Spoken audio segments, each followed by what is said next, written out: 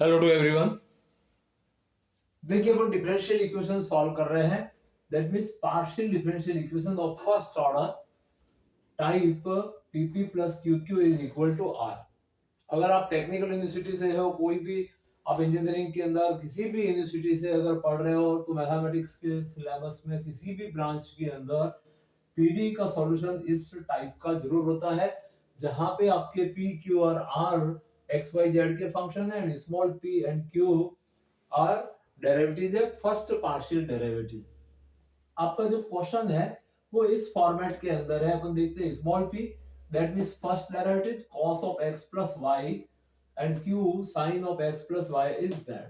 अब इसको सॉल्व करने के लिए, जैसा कि पिछले वीडियो में बताया गया है, लैग्रांज ए बनानी पड़ती है, और ये ए dx upon p is equal to dy upon q and dz upon r form में होती है। तो इसको भूलिएगा मत कि लैग्रांज ए ही आपको हमेशा याद रखनी है। इस मेथड पे आपके मेन एग्जाम में सेक्शन बी के अंदर क्वेश्चन बनती है, और रेयरली सेक्शन सी में भी क्वेश्चन बन सकती है।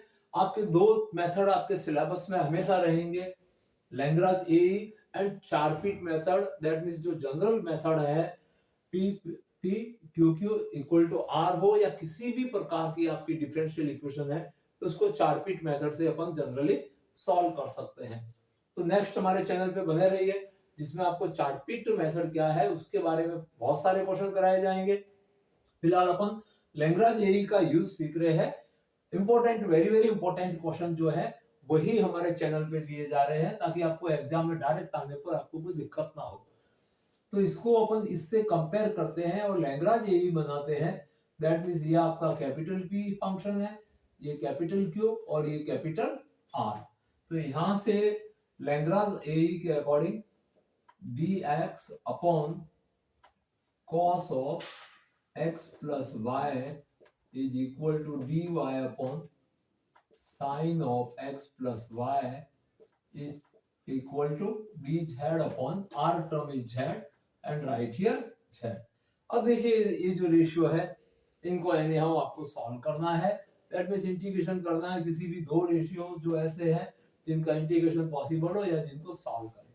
तो इस फॉर्म में अपन डायरेक्टली, अपने पास में कोई सॉल्यूशन का ऑर्डर नहीं है। इस पार्ट का तो इंटीग्रेशन पॉसिबल है, बट अकेले इसका कोई इंटीग्रल वैल्यू यहाँ पे नहीं है और इसका नहीं है। तो इस रेशियो को अपन लिख सकते हैं, इन दोनों को ऐड कर दिया जाए। That means dx plus dy divide by cos of x plus y and plus का sine of x plus y। और इसको, इसका डायरेक्ट इंटीग्रल पॉसिबल है, तो इस रेशियो के साथ में अपन सॉल्व करेंगे। अब इस पार्ट का इंटीग्रल कैसे लिया जाए, तो अपन x प्लस y को अगर t माने, let x plus y is equal to t, then dx plus dy is equal to dt। तो यहाँ पे अपने पास में पोजीशन बन जाएगी कि dt upon cos of t plus sin of t is equal to dz upon z।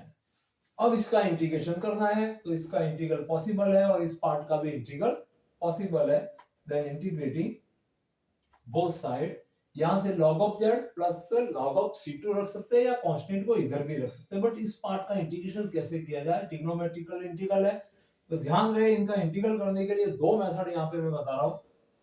First तो ये है कि साइन और कॉस का जब लीनियर फंक्शन डिनोमिनेटर में हो, तो इन दोनों को, आपको कुछ भी समझ में नहीं आ रहा है मेथड, तो हाफ एंगल फॉर्म में दोनों को टेन थीटा में चेंज कर दीजिए।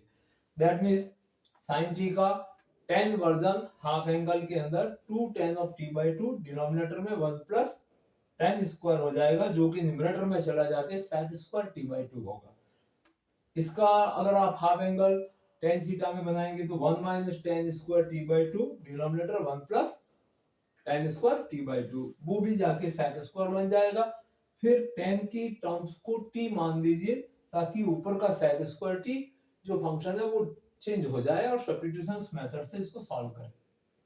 बट इस पोजीशन में देखिए, इसका एक और मेथड अपन निकालते हैं कि इन दोनों का कोफिशिएंट 1 है, अगर √2 से न्यूमरेटर एंड डिनोमिनेटर को डिवाइड किया जाए, दैट मीन्स यहाँ पे √2 आ जाएगा और यहाँ पे भी √2, इसको अपन डिवाइड कर रहे हैं, तो यहाँ पे क्या पोजीशन बनेगी, देखिए अपने पास में कि इंटीग्रल ऑफ 1/√2, जिसको अपन लिख सकते हैं cos ऑफ 45 डिग्री, बिकॉज 1/√2 का वैल्यू cos 45 होता है, जिसको रेडियन में cos ऑफ 5/4 लिख सकते हैं।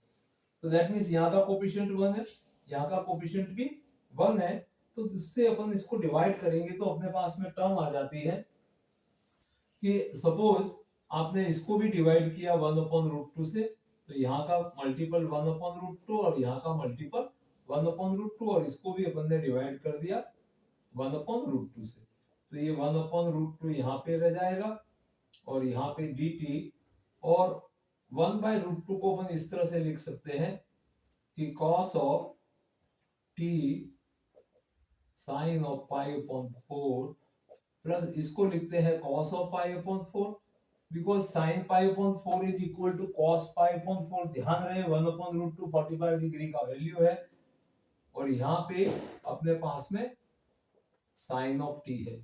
इस फॉर्मूले को ध्यान से देखिए, sin a cos b plus cos a sin b, that means sin a cos b plus cos a sin b, ये sin of a plus b की फॉर्मेशन है।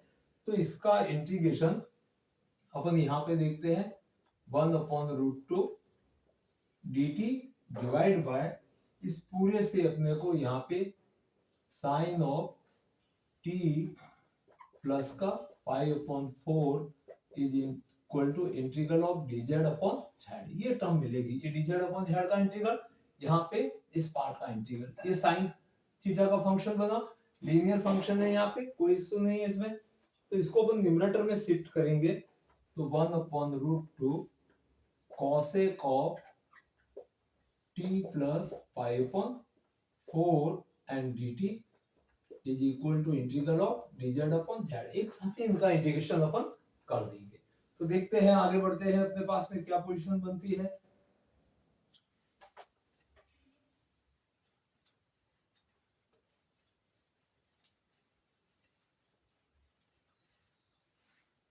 तो cosec थीटा के लिए, cosec के लिए अपने पास में इंटीग्रल रहता है कि integral of cosec theta d theta is equal to log of tan of theta by 2 form में इस तरह से इसको लिखा जाता है, इसका इंटीग्रल। दैट मींस इस पार्ट का इंटीग्रेशन 1/√2 और log of tan of theta by 2, तो इस ब्रैकेट में जो एंगल है इसका 1/2, दैट मींस t/2 प्लस π/, इसके यहाँ पे 2 आएगा तो ये π/8 हो जाएगा, इज इक्वल टू, यहाँ पर अपने पास में टर्म पड़ी हुई है log of z plus log of constant c2, या कांस्टेंट यहाँ पे भी यूज कर सकते हैं। आप चाहो तो √2 को इधर मल्टीप्लाई करा सकते हो और इस z की पावर भी बना सकते हैं। दैट मींस log ऑफ 10, और वैल्यू ऑफ t क्या था अपने पास, x plus y upon 2 plus π/8 is equal to log of z की power √2 and c2। That implies, यहां से log अपना रिजेक्ट हो जाएगा, रिजेक्शन में चला जाएगा।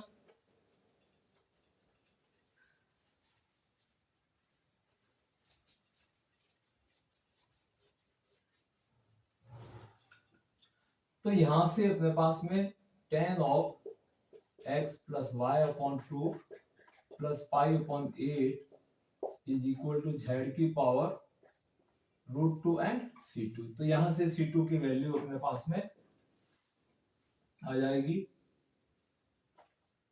tan of x plus y upon 2 plus π/8 and इसके डिनोमिनेटर में z की पावर √2 अपने पास में मिल जाएगा। तो ये इसका एक अपन ने सॉल्यूशन निकाल दिया है कि c2 या c1 कुछ भी कांस्टेंट ले सकते हैं। एक और सॉल्यूशन अपन फाइंड कर देंगे, tan of half of x plus y plus π/4 4 और इसके यहाँ पे z की पावर रूट 2 है। ये अपने पास में एक सॉल्यूशन आ गया। अब दूसरा सॉल्यूशन लेते हैं।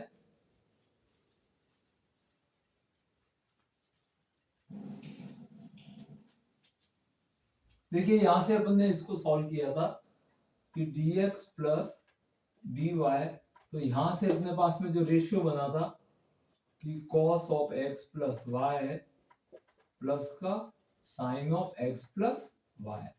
अब इस रेशियो के अंदर से अगर dx में से dy को लेस कर देते, एक रेशियो बना देते हैं अपने पास। अब देखिए अभी स्टार्ट में जब इसको रेशियो फॉर्म में लिखा था इस a के अकॉर्डिंग, तब dx और dy के जो डिनोमिनेटर थे यहाँ से कोफिशिएंट थे उनको ऐड किया था। एक बार लेस करने पर अपने पास cos of x plus Y minus का sine of x plus Y मिलेगा। इसको क्रॉस मल्टीप्लाई करा दिया जाए और इंटीग्रेशन किया जाए तो आपको इस तरह की पोजीशन मिलेगी, cos of x plus Y minus का sine x plus Y divide by cos of x plus Y and plus का sine of x plus Y, और यहाँ पे dx plus dy is equal to integral of dx minus dy। अब देखो यहां से integration करना है तो इस पूरे फैक्टर को अगर आप t मानते हैं तो ध्यान रहे कि अगर cos of x plus Y and plus का sine of x plus Y is equal to t, तो cos का डेरिवेटिव आएगा माइनस साइन जो कि न्यूमरेटर में है, और साइन का डेरिवेटिव आएगा cos। तो यहाँ पे आपको टर्म मिलेगी cos of x plus y. Differentiate कर रहे हैं, साइन वाली टर्म का डेरिवेटिव पहले लिख रहे हैं और cos का डेरिवेटिव अपन बाद में लिख रहे हैं, और इसके मल्टीपल में dx plus dy is equal to dt। That means ये पूरा फैक्टर dt में चेंज हो जाएगा और ये t में, तो integral of dt upon t is equal to dx का इंटीग्रेशन x और माइनस y का इंटीग्रल यहाँ पे y प्लस एक सॉल्यूशन c1, और ये लॉग में चेंज हो जाएगा। देन यहां से देखते हैं कि log ऑफ t वैल्यू, तो t वैल्यू की जगह पे अपने पास में cos of x plus Y and plus का sine of x plus Y term है। ये तो आ गया इस पार्ट का integral is equal to x minus Y plus का c1। अब c1 यहां से भी ले सकते थे, इस साइड से भी ले सकते थे, इन दोनों को आप इधर लाएंगे तो या यहां से अगर आप लॉग को हटा देते हैं तो ये एक्सपोनेंट्स में चला जाएगा।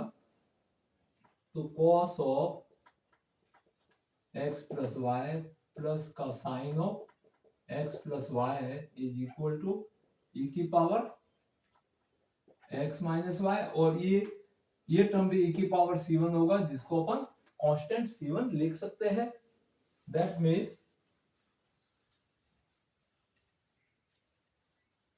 कांस्टेंट c1 लिख सकते हैं या कांस्टेंट c लिख सकते हैं। Then second solution c is equal to cos of x plus Y and plus का sine of x plus Y, और इसके डिनोमिनेटर में कौन आएगा, ये जो टर्म आ जाएगी, तो इसके यहाँ पे मल्टीपल में लगा देते हैं e रेज़ टू, ये नेगेटिव होगी तो ये y माइनस x हो जाएगा। तो ये सेकंड सॉल्यूशन अपने पास में इस तरह से आ जाता है। ये सेकंड पार्ट ऑफ सॉल्यूशन अपने को इसका मिल जाता है। तो फाइनल सॉल्यूशन के लिए f ऑफ फर्स्ट सॉल्यूशन अपन ने लिखा था यहाँ पे tan of half of x plus Y plus 5/4, और इसके डिनोमिनेटर में था z की पावर रूट 2, और सेकंड सॉल्यूशन यहां से मिल जाएगा अपने पास में, यहां पर cos of x plus Y plus sine of x plus Y, और इसके साथ में exponents e raise to y minus x is equal to 0। तो इस तरह से फाइनल सॉल्यूशन अपन ने प्राप्त किया। ये वेरी वेरी इंपॉर्टेंट क्वेश्चन है। अगर आप किसी भी इंजीनियरिंग कॉलेज से है और किसी भी सेमेस्टर में है, तो अलग अलग यूनिवर्सिटी में अलग अलग सेमेस्टर में सॉल्यूशन और पार्शियल डिफरेंशियल इक्वेशन रहता है। या आप बीएससी कर रहे हैं डिग्री के अंदर, किसी भी यूनिवर्सिटी में हो, तो 100% आपको ये मेथड पढ़ना ही पढ़ना है। और एग्जाम के हिसाब से देखा जाए तो लैग्रेंज एई बनाने वाला सॉल्यूशन एक क्वेश्चन आपके जरूर रहता है सेक्शन बी या सेक्शन सी के अंदर। तो बने रहिए, और भी इस तरह के क्वेश्चन जानने सीखने के लिए हमारे चैनल पे अभी तक सब्सक्राइब नहीं किया है तो सब्सक्राइब कर लीजिए और अपने फ्रेंड्स को अधिक से अधिक शेयर कर दीजिए। Thank you watching this video.